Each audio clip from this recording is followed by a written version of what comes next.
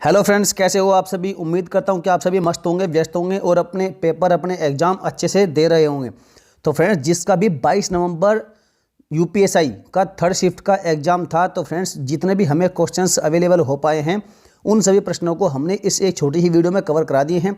आप सभी वीडियो को जरूर देखिएगा। जिसका भी खास तौर पर एग्जाम आगे है तो वो तो साथियों इस वीडियो को 100% देखना। और क्योंकि इसलिए बोल रहा हूँ कि फ्रेंड्स बहुत से क्वेश्चंस आपके रिपीट हो रहे हैं। तो चलिए friends, no time wasting, no बकवास, सीधे क्लास। पहला क्वेश्चन आपसे पूछा गया था फ्रेंड्स कि आरटीआई की एक्ट की किस धारा के तहत सूचना देने से मना किया जा सकता है। आप सभी जानते हैं कि आरटीआई एक्ट 2005 में इसका अधिनियम बना था और इस अधिनियम के तहत आरटीआई एक्ट के तहत आप किसी भी सरकारी संस्था से कोई भी सूचना मांग सकते हैं। लेकिन फ्रेंड्स ऐसा भी प्रावधान है, ऐसी भी इसकी एक धारा है। कौन सी धारा? आरटीआई की धारा कौन सी? धारा 8। इसके अंतर्गत ऐसा भी प्रावधान है कि आपको सूचना देने से मना किया जा सकता है, क्योंकि खास तौर पर वहाँ जहाँ की सिक्योरिटी के खिलाफ कोई चीज़ होती है। जैसे कि यदि आप कोई आर्मी की किसी संस्था से कोई सिक्योरिटी के मामले में कोई सूचना मांगना चाहते हैं तो फ्रेंड्स आपको सूचना नहीं मिलेगी। और आरटीआई की जो धारा 8 है इसके तहत आपको सूचना देने से वह संस्था मना कर सकती है। और आरटीआई एक्ट के तहत जो धारा 3 है, ये तो आपकी धारा 3 है, सूचना देने से संबंधित एक नियम है। और धारा 8 में आपको जानकारी ना देना इसका एक अपवाद है, अर्थात धारा 8 के अंतर्गत आपको सूचना देने से मना किया जा सकता है। चलिए फ्रेंड्स, नेक्स्ट क्वेश्चन आपसे पूछा गया था कि विश्व हिंदी दिवस कब मनाया जाता है। तो फ्रेंड्स ये हर पाली में डेली ये क्वेश्चन पूछा जा रहा है विश्व हिंदी सम्मेलन से संबंधित। तो देखिए, जो विश्व हिंदी दिवस कब मनाया जाता है, आप सभी जानते हैं कि 10 जनवरी को ये मनाया जाता है। और इसका जो पहला सम्मेलन हुआ था इसका, तो वो हुआ था 10 से 12 जनवरी को। और फ्रेंड्स कहाँ पर हुआ था? ये भारत के नागपुर में हुआ था। और भारत में 14 सितंबर को मनाया जाता है हिंदी दिवस। ये राष्ट्रीय हिंदी दिवस है 14 सितंबर, जबकि विश्व हिंदी दिवस है आपका 10 जनवरी। उसके बाद 14 सितंबर 1949 को संविधान सभा ने हिंदी को राजभाषा का दर्जा दिया था। इसीलिए जो है 14 सितंबर को हम भारतीय हिंदी दिवस मनाते हैं। तो चलिए फ्रेंड्स, याद रखिएगा विश्व हिंदी सम्मेलन से संबंधित 1-2 क्वेश्चन आपका हर क्वेश्चंस में, हर पाली में पूछा जा रहा है। नेक्स्ट क्वेश्चन आपसे पूछा गया था कि 1510 ईस्वी में अल्फांसो डी अल्बुकर्क ने किस शासक से गोवा पर कब्जा कर लिया था, अर्थात किस शासक से गोवा छीन लिया था। तो फ्रेंड्स वो था बीजापुर के सुल्तान इस्माइल आदिल शाह से। और यह कब्जा किसकी सहायता से? कृष्णदेव राय। आप जानते हैं विजयनगर साम्राज्य के शासक थे कृष्णदेव राय, इनकी मदद से यह कब्जा किया गया था। नेक्स्ट क्वेश्चन था कि सेकंड विश्व हिंदी सम्मेलन कब हुआ था, अर्थात जो दूसरा विश्व हिंदी सम्मेलन था कब हुआ था। देखिए फ्रेंड्स, इसी एक वीडियो में 2 क्वेश्चन आपसे विश्व हिंदी सम्मेलन से संबंधित पूछे गए हैं। तो फ्रेंड्स इसका राइट आंसर है 28 से 30 अगस्त को हुआ था 1976 में पोर्ट लुइस में। ये कहाँ है? मॉरिशस में। और फ्रेंड्स मैंने विश्व हिंदी सम्मेलन जितने भी अभी तक हुए हैं उन सभी के बारे में आपको पहले वीडियो में बता दिया गया है। अभी दोबारा बताऊँगा तो समय बहुत लग जाएगा। यदि आपने वो वीडियो नहीं देखी है तो आप किसी भी, जितने भी हमने यूपीएसआई की वीडियो आपको प्रोवाइड करी है, हर वीडियो में मैंने विश्व हिंदी सम्मेलन के बारे में जिक्र किया है। तो आप कहीं से भी जाके प्ले लिस्ट पर जाकर देख लीजिएगा, आपको सारी चीज़ें समझ में आ जाएगी। नेक्स्ट क्वेश्चन आपसे पूछा गया था फ्रेंड्स कि किस संविधान संशोधन में संपत्ति के अधिकार को हटाया गया था। तो साथियों वो था आपका 44वां कॉन्स्टिट्यूशन अमेंडमेंट एक्ट। तो 44वें संविधान संशोधन जो कि हुआ था 1978 में, इसके द्वारा जो है मौलिक अधिकारों से ये जो है हटाकर विधिक अधिकार में ये परिवर्तित हो गया था। कौन सा? आपका संपत्ति का अधिकार। और याद रखिएगा फ्रेंड्स, जो 44वां संविधान संशोधन है इससे पहले यह अनुच्छेद 31 और 19F के अंतर्गत क्या था? एक मौलिक अधिकार था। और अब इस अधिकार को अनुच्छेद 301 के अंतर्गत एक विधिक अधिकार के रूप में स्थानांतरित कर दिया गया, अर्थात अब ये कानूनी अधिकार बन गया है, न कि आपका मौलिक अधिकार रहा है। चलिए फ्रेंड्स, अगला क्वेश्चन है कि कौन से कोशिकांग को ऊर्जा का पावर हाउस कहते हैं, बताइए। मोस्ट इंपॉर्टेंट ये क्वेश्चन है, मोस्ट इंपॉर्टेंट आपका ये क्वेश्चन है कि कौन से कोशिकांग को ऊर्जा का पावर हाउस कहते हैं। तो फ्रेंड्स ये कहते हैं जो माइटोकॉन्ड्रिया होता है, माइटोकॉन्ड्रिया को ही कोशिका का शक्ति गृह या फिर पावर हाउस इसे कहते हैं। और याद रखिएगा, बाकी फैक्ट भी आपको बता देता हूँ। एटीपी को क्या कहते हैं? कोशिका की ऊर्जा मुद्रा कहते हैं। और प्रोटीन की फैक्ट्री कहते हैं राइबोसोम को। कोशिका झिल्ली कहते हैं कोशिका का रक्षक। और कोशिका का यातायात प्रबंधक जो देखता है वो देखता है आपका गोल्जिकाय। और कोशिका की आत्मघाती थैली कहते हैं लाइसोसोम को। और ये जो है लाइसोसोम, ये मृत कोशिकाओं का निष्कासन या फिर अपशिष्ट पदार्थों का निष्कासन करता है। और लाइसोसोम का मुख्य काम होता है ये पाचन करना। यह भी याद रखिएगा फ्रेंड्स, इस बार बहुत से क्वेश्चंस ऐसे भी पूछे जा रहे हैं। चलिए अगला प्रश्न आपसे पूछा गया था कि कौन सी भाषा संविधान की 8वीं अनुसूची में नहीं है। तो भाई साहब अब पहले तो 8वीं अनुसूची में है कौन सी, तो देखिए ये सभी मैंने आपको यहाँ दे दी है। और याद रखिएगा इसमें आपको 4 विकल्प दिए गए थे, कोंकणी, मिजो, मैथिली और नेपाली। और आप जानते हैं यदि आपने पढ़ा होगा तो मिजो जो है वो 8वीं अनुसूची में भाषा नहीं है वर्णित। और फ्रेंड्स ये देखिए यहाँ पर कौन कौन सी है आपकी, असमी, बंगाली, बोडो, डोगरी, गुजराती, हिंदी, कन्नड़, कश्मीरी, कोंकणी, मैथिली, मलयालम, मणिपुरी, मराठी, नेपाली, उड़िया, पंजाबी, संस्कृत, संथाली, हिंदी, तमिल, तेलुगु और उर्दू। ये आपकी सारी जो है टोटल 22 भाषाएं हैं जिनका उल्लेख आपका 8वीं अनुसूची में किया गया है। तो यहाँ पर मिजो इसका राइट आंसर था। और फ्रेंड्स याद रखिएगा शुरू में संविधान में 14 भाषाओं को शामिल किया गया था। इसके बाद सिंधी को कब 1967 में, और 1967 में 21वें संविधान संशोधन अधिनियम द्वारा जोड़ा गया था। 21वें संविधान अमेंडमेंट के द्वारा जोड़ा गया था। और याद रखिएगा यदि आपसे पूछ लिया जाए कि कोंकणी, मणिपुरी और नेपाली को कब जोड़ा गया था, तो भाई साहब वो 1992 में 71वें संविधान संशोधन के द्वारा ये जोड़े गए थे। जबकि बात करें बोडो, डोगरी, मैथिली और संथाली की, तो इनको 2003 में 92वें कॉन्स्टिट्यूशन अमेंडमेंट एक्ट के द्वारा इन्हें हमारे संविधान में 8वीं अनुसूची में जोड़ा गया था। सभी फैक्ट याद रखिएगा, मोस्ट इंपॉर्टेंट है भाई साहब, यहाँ से क्वेश्चन जरूर बन रहा है। नेक्स्ट क्वेश्चन फ्रेंड्स आपसे पूछा गया था, बड़ा ही अच्छा क्वेश्चन है कि प्रथम भारतीय पुरस्कार किसे दिया गया था। तो भाई साहब वो दिया गया था महादेवी वर्मा जी को। और कब दिया गया था, 1982 ईस्वी में दिया गया था ये। और यह पुरस्कार उत्तर प्रदेश हिंदी संस्थान लखनऊ के माध्यम से साहित्य के क्षेत्र में अच्छा कार्य अर्थात उत्कृष्ट कार्य के लिए ये अवार्ड दिया जाता है। चलिए नेक्स्ट क्वेश्चन आपसे पूछा गया था साथियों कि उपराष्ट्रपति के निर्वाचन में कौन कौन भाग लेता है। बड़ा ही अच्छा और जबरदस्त क्वेश्चन है भाई साहब। उपराष्ट्रपति का जो निर्वाचन होता है वो संसद के दोनों सदनों के सदस्यों से मिलकर बनने वाले निर्वाचक गण के सदस्यों द्वारा आनुपातिक प्रतिनिधित्व प्रणाली के आधार पर एकल संक्रमणीय मत द्वारा होगा। और इसमें कौन कौन भाग लेगा, तो लोकसभा और राज्यसभा सांसद ही इसमें भाग लेते हैं, याद रखिएगा। जबकि राष्ट्रपति के निर्वाचन की बात करें तो साथियों राष्ट्रपति के निर्वाचन में अर्थात इनके चुनाव में चुने हुए सांसदों के साथ साथ विधायक भी मतदान करते हैं। जो एमएलए होते हैं राज्यों के जो विधायक होते हैं साथियों वो भी इसमें भाग लेते हैं। लोकसभा, राज्यसभा और जो है एमएलए ये सभी भाग लेते हैं। लेकिन उपराष्ट्रपति के चुनाव में लोकसभा और राज्यसभा के सांसद ही वोट डाल सकते हैं। ये स्पेशल फैक्ट है, इसको छाप लीजिएगा भाई साहब कि जो उपराष्ट्रपति होता है उसके चुनाव में केवल राज्यसभा और लोकसभा के सांसद ही भाग लेते हैं, जबकि राष्ट्रपति के चुनाव में एमएलए अर्थात विधायक भी भाग लेते हैं। और याद रखिएगा सबसे इंपॉर्टेंट फैक्ट ये है कि खास बात यह है कि दोनों सदनों के लिए जो मनोनीत सदस्य होते हैं अर्थात जो मनोनीत सांसद होते हैं तो राष्ट्रपति चुनाव में मतदान वो नहीं कर सकते, लेकिन भाई साहब वो उपराष्ट्रपति चुनाव में वोटिंग कर सकते हैं। देखिए ये क्वेश्चन कई बार घुमा फिराकर पूछा गया कि जो मनोनीत सदस्य होते हैं राष्ट्रपति के द्वारा क्या वो उपराष्ट्रपति चुनाव में वोटिंग कर सकते हैं, तो भाई साहब बिल्कुल 100% कर सकते हैं। चलिए नेक्स्ट क्वेश्चन फ्रेंड्स जो आपसे पूछा गया था बड़ा जबरदस्त धुआं प्रश्न है कि आर्टिकल 19 से संबंधित नहीं है। आपसे विकल्प में दिए गए थे, 4 विकल्प दिए गए थे, उनमें से एक विकल्प था कि जो आर्टिकल 19 से संबंधित नहीं था। लेकिन यहाँ हमने आपको पूरा आर्टिकल 19 हमने आपको पूरा टाइप करके दे दिया है। आप यहाँ देख लीजिएगा जो आर्टिकल 19 है इसमें आपके बोलने की आज़ादी है, 19B में सौभाग्य करने की आज़ादी है और 19C में आपकी संघ बनाने की आज़ादी है, 19D में पूरे देश में आने जाने की आज़ादी है और 19E में पूरे देश में बसने या रहने की आज़ादी है। अब तो J&K में भी रहने की या बसने की आज़ादी है आपको, जब से 370 और 35 से वहाँ से समाप्त कर दी गई है। और 19G की बात करें तो फ्रेंड्स इसमें कोई भी व्यापार और जीविका की आज़ादी है, जबकि 19F जो आर्टिकल है उसमें संपत्ति का अधिकार जो अब जो है 44वां अमेंडमेंट एक्ट हुआ था 1978 में उसके द्वारा ये हटा दिया गया है। अब ये विधिक अधिकार है न कि आपका मौलिक अधिकार रहा है। चलिए नेक्स्ट क्वेश्चन फ्रेंड्स आपसे पूछा गया था कि संविधान की तीसरी अनुसूची किससे संबंधित है। तो साथियों विभिन्न पदाधिकारियों द्वारा पद ग्रहण के समय ली जाने वाली शपथ का इसमें उल्लेख किया गया है। किसमें, संविधान की जो तीसरी अनुसूची है तो इसमें उल्लेख किया गया है जो शपथ लेते हैं कौन कौन लेते हैं, जैसे कि राष्ट्रपति हुआ, उपराष्ट्रपति, मंत्री जितने भी हैं, प्रधानमंत्री भी उसमें शामिल है और जितने भी सुप्रीम कोर्ट और हाई कोर्ट के न्यायाधीश होते हैं वो सभी जो है जो तीसरी अनुसूची है उसी के माध्यम से जो है उसमें वर्णित है, उसमें उल्लेखित है इनकी शपथ लेने की प्रक्रिया का पूरा उल्लेख। चलिए नेक्स्ट क्वेश्चन आपसे पूछा गया था कि कौन सी द्रविड़ शैली की भाषा है।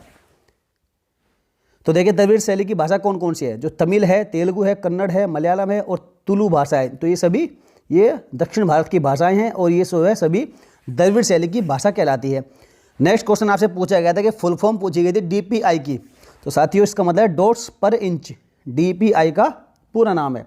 चलिए अगला क्वेश्चन आपसे धुआं पूछा गया था। चलिए नेक्स्ट क्वेश्चन आपसे पूछा गया था कि अनुच्छेद 243A का संबंध किससे है, तो भैया इसका संबंध है ग्राम सभा से।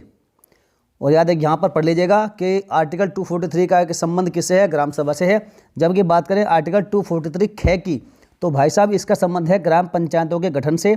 आर्टिकल 243 ग का संबंध है पंचायतों की संरचना से।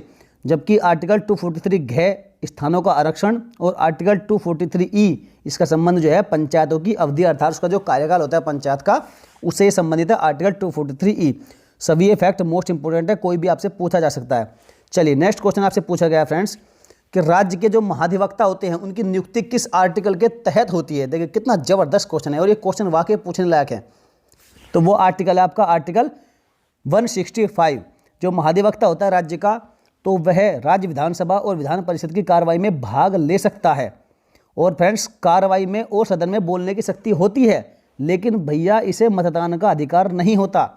ये आपका स्पेशल फैक्ट है। एक बार क्वेश्चन, एक बार नहीं बल्कि कई बार ये क्वेश्चन पूछा गया है कि क्या महाधिवक्ता को राज्य सदन में होने वाली या कार्रवाई में होने वाली जो प्रक्रिया होती है उसमें बोलने की शक्ति तो होती है, कि क्या उसे मतदान का अधिकार भी होता है या नहीं। तो 100% नहीं होता है, लेकिन वह अपनी बात रख सकता है, वह कार्रवाई में भाग ले सकता है।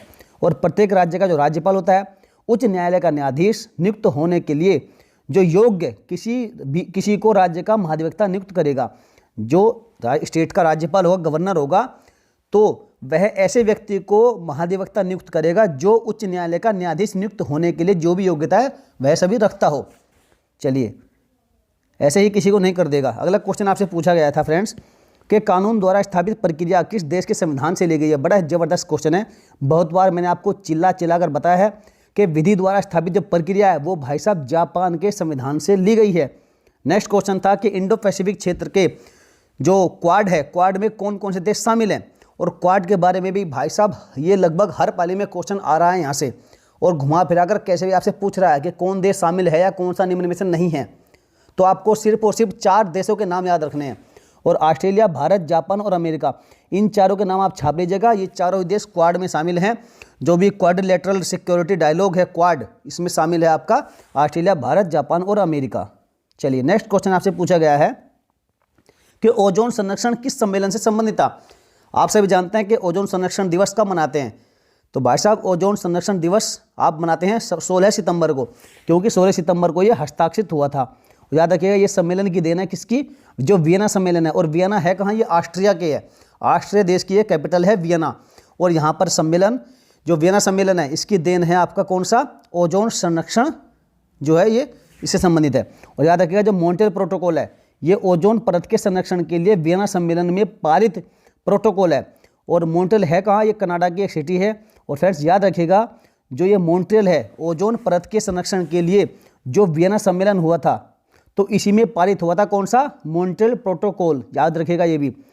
चलिए और ये हस्ताक्षरित हुआ था आपका 16 सितंबर 1987 को, और ये प्रभावित हुआ था कब, 1 जनवरी 1989 से ये प्रभाव में आया था।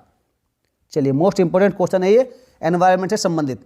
नेक्स्ट क्वेश्चन आपसे पूछा गया था कि दिल्ली लाहौर बस सेवा सदा-ए सरहद इसकी शुरुआत कब हुई थी। तो इसकी शुरुआत हुई थी 19 फरवरी 1999 को।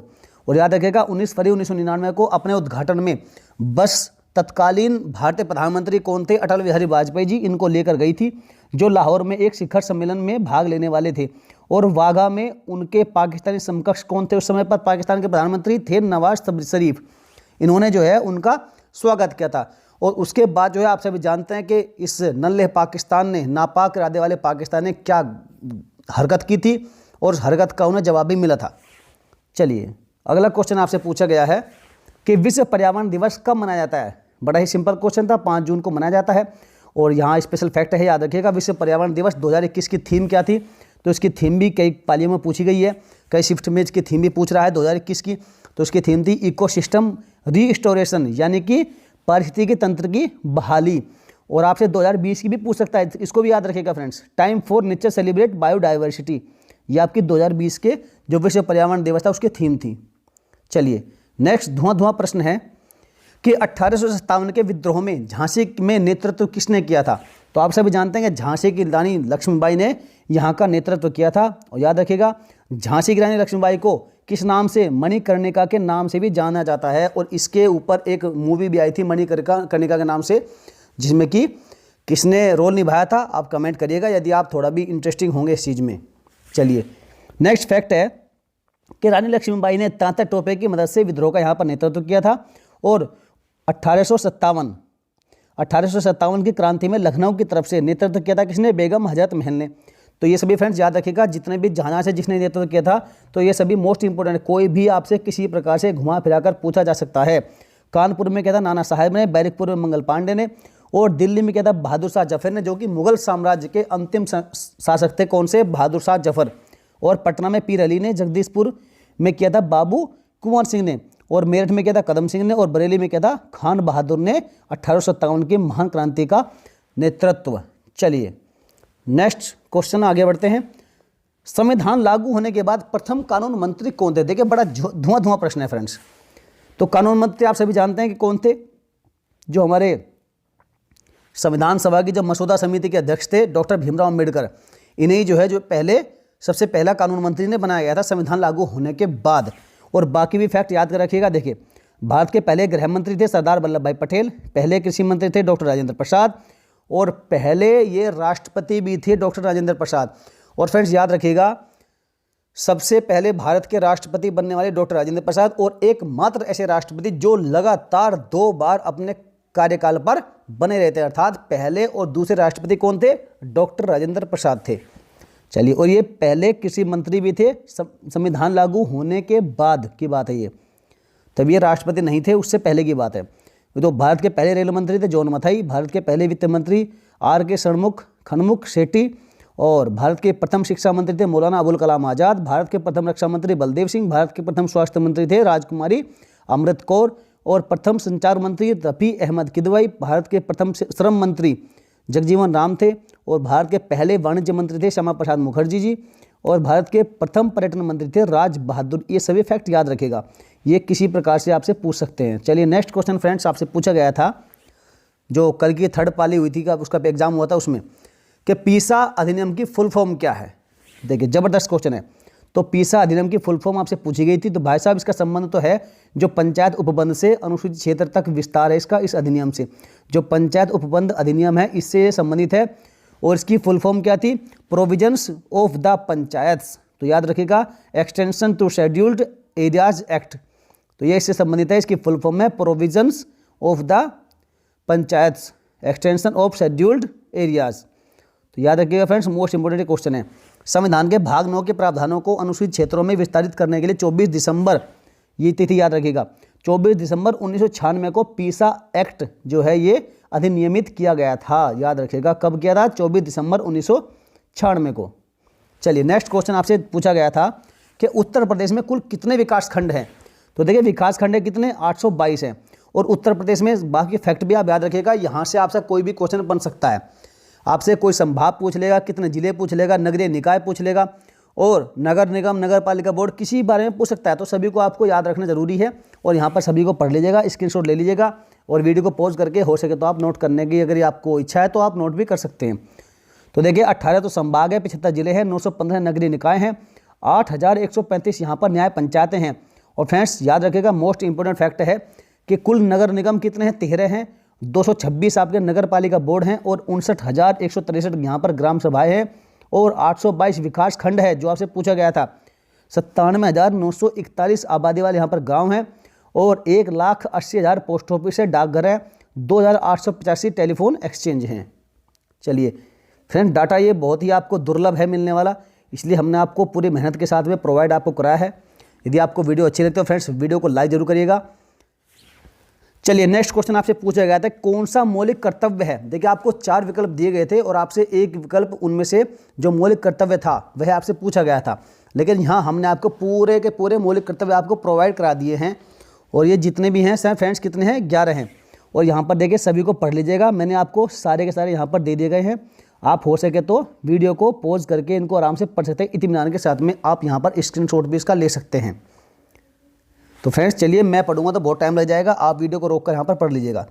चलिए नेक्स्ट क्वेश्चन आपसे पूछा गया था कि इलेक्ट्रॉनिक माध्यमों से सेक्स या अश्लील सूचना को प्रकाशित या प्रसारित करने के लिए आईटी एक्ट 2000 की किस धारा के तहत दंड का प्रावधान है।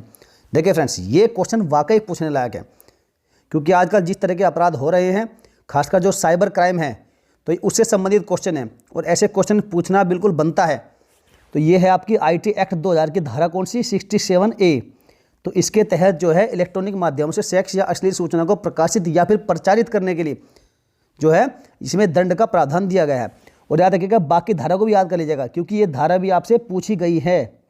तो फ्रेंड्स, जो आर्टिकल 67B है, इसका संबंध है, इसमें बताया गया है कि इलेक्ट्रॉनिक माध्यमों से ऐसी आपत्तिजनक सामग्री का प्रकाशन या प्रसारण जिसमें बच्चों को अश्लील अवस्था में दिखाया गया हो, तो ये संबंधित आपकी आर्टिकल ये इसमें धारा 67B में।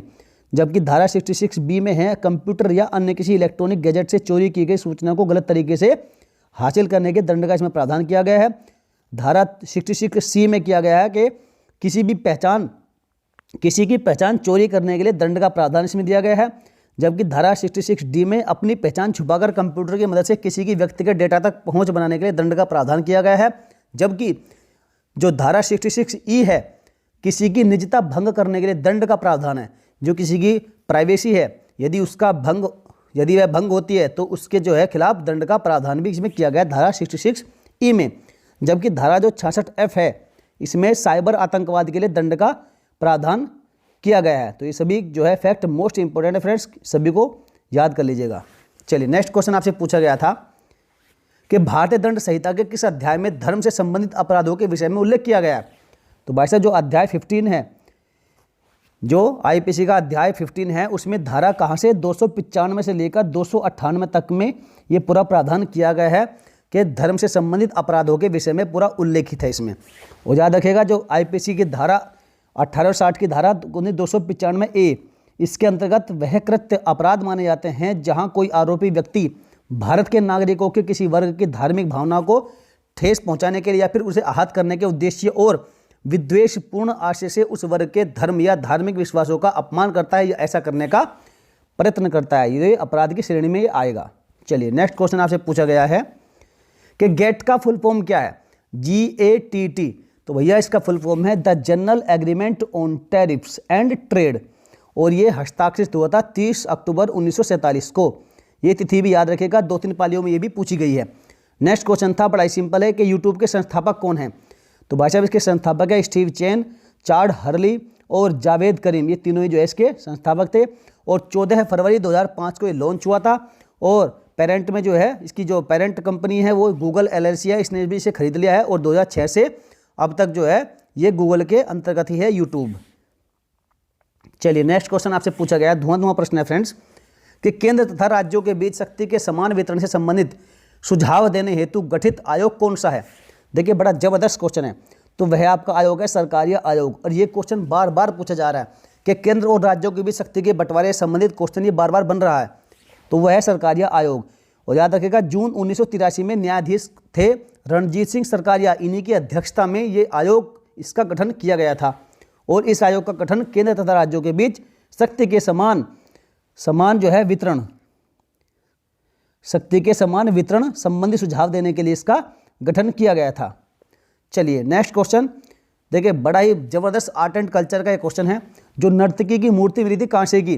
तो पूछा गया था कि वह किस पुरातात्विक स्थल से मिली थी। तो भाई साहब, वह मिली थी मोहनजोदड़ो से। और मोहनजोदड़ो से और क्या क्या मिला था, तो नर्तकी की मूर्ति मिली थी जो कि कांसे की थी, स्नानागार मिला था, और बुने हुए कपड़े के जो कपास के टुकड़े के यहाँ से साक्ष्य मिले थे, घोड़े के दांत मिले थे, कहाँ से, मोहनजोदड़ो से। जबकि जुता हुआ खेत, लकड़ी के कुंड के साक्ष्य, 7 आग की वेदियाँ, ऊँट की हड्डियाँ और अंत्येष्टि प्रक्रिया का जो उल्लेख मिला है वो मिला आपका कालीबंगा से। और कालीबंगा है आपका राजस्थान में। जौ, तिल, सरसों और चावल की खेती के साक्ष्य मिले हैं कहाँ से, ये मिले बनवाली से। और बनवाली आपका हरियाणा में।